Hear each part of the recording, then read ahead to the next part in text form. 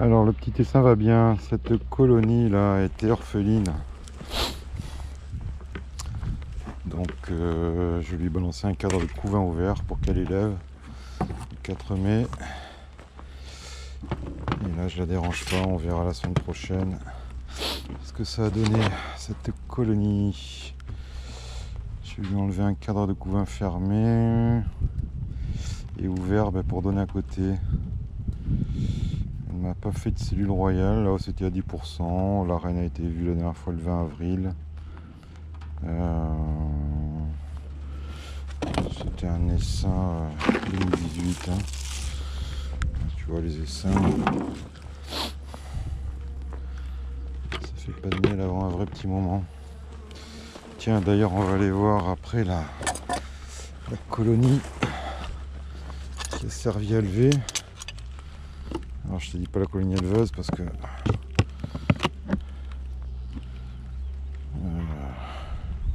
voilà, tu vois, comme je t'ai dit, en 15 jours, non seulement ça monte pas, mais ça redescend. C'était une colonie en fait orpheline que j'ai récupérée, mais quand je l'ai ouverte et que j'ai décidé de faire du picking dessus, eh bien, il y avait une cellule royale ouverte. Alors là, la hausse, elle a été complètement séchée. Hein. Et c'est un peu normal là.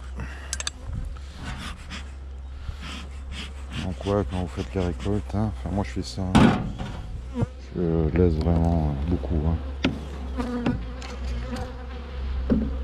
Je dois laisser bien la moitié facile. Hein. Voilà. C'est pour être tendu du string après la première semaine de pluie. C'est pas franchement rigolo.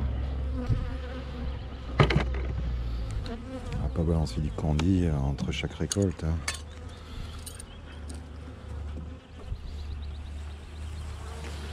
D'ailleurs, regarde, tu vois le cadre de rive. Il n'est pas bien lourd. Hein.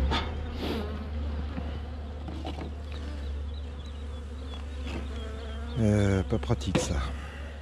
Pas pratique. Je vais y venir, hein, on repose cadre. On accroche sur les ruches là où je vais m'en bidouiller un parce que.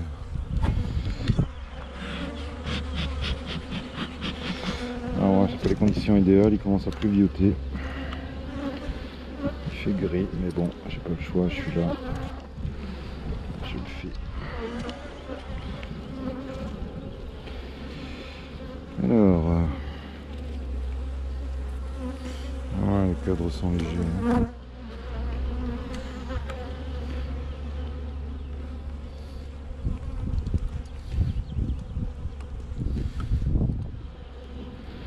Voilà, tu vois, c'est pas des crèmes, hein, mes abeilles, mais enfin, les usines se font 103 tonnes de fumée. Si tu en fumes un peu, ça se passe quand même bien. Hein. Ah non, je reviens sur les ruches, j'ai tiré, mais laisse tomber. Laisse tomber. Même en plein bois, je vais pas les garder, ces reines. Je veux dire, si elle essaie, mais qu'elle part à 4 km au village, se poser quelque part. Non. Non, Thierry, je crois que tu as pris la bonne décision.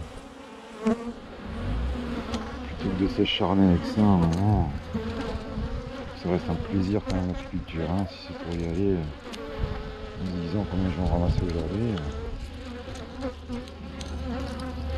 Oh. Tu me disais, je vais dire comme un échec, mais non, c'est pas un échec. Hein. Tu t'es fait un fruit tout simplement. Hein.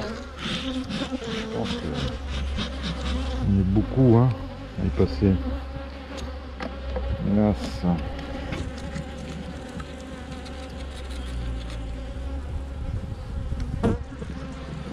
Attends, je vais lire une rame hivernée 2018. Ne dis pas que le mec il sait pas que c'est des carnes. Hein, c'est rien là. Tu fais un dessin qui est cool, 3 mois après il part en sucette. Bon bah ça peut arriver. Ça peut arriver. Mais là non, moi j'y crois pas une seconde. Le mec il a purgé son rucher et puis voilà.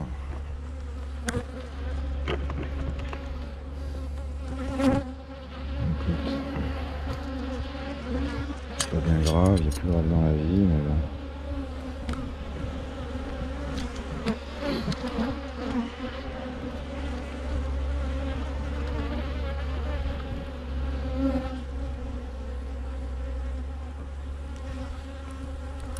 Non, faut vraiment.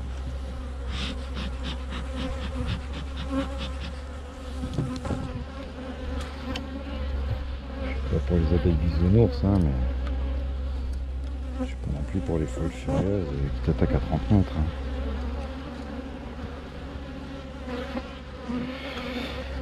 Bah, écoute, ça pond super bien, mais là elles vont être calmos. Elles sont très légers, il n'y a rien en réserve. Hein. Il n'y a pas grand chose en tout cas. Alors bon, bah, il va falloir attendre hein, que la ronce arrive. Donc c'est ça pour moi ici, hein, en miel importante. Hein. Parce que là sinon c'est de la petite fleurette de printemps. Hein. Donc sur un rucher comme ça de plus de 30 colonies, c'est trop, je sais. La semaine prochaine j'en vire là-bas. Ah tiens, ils sont 9 cadres. C'est pas mal ce que je lui donne à bâtir.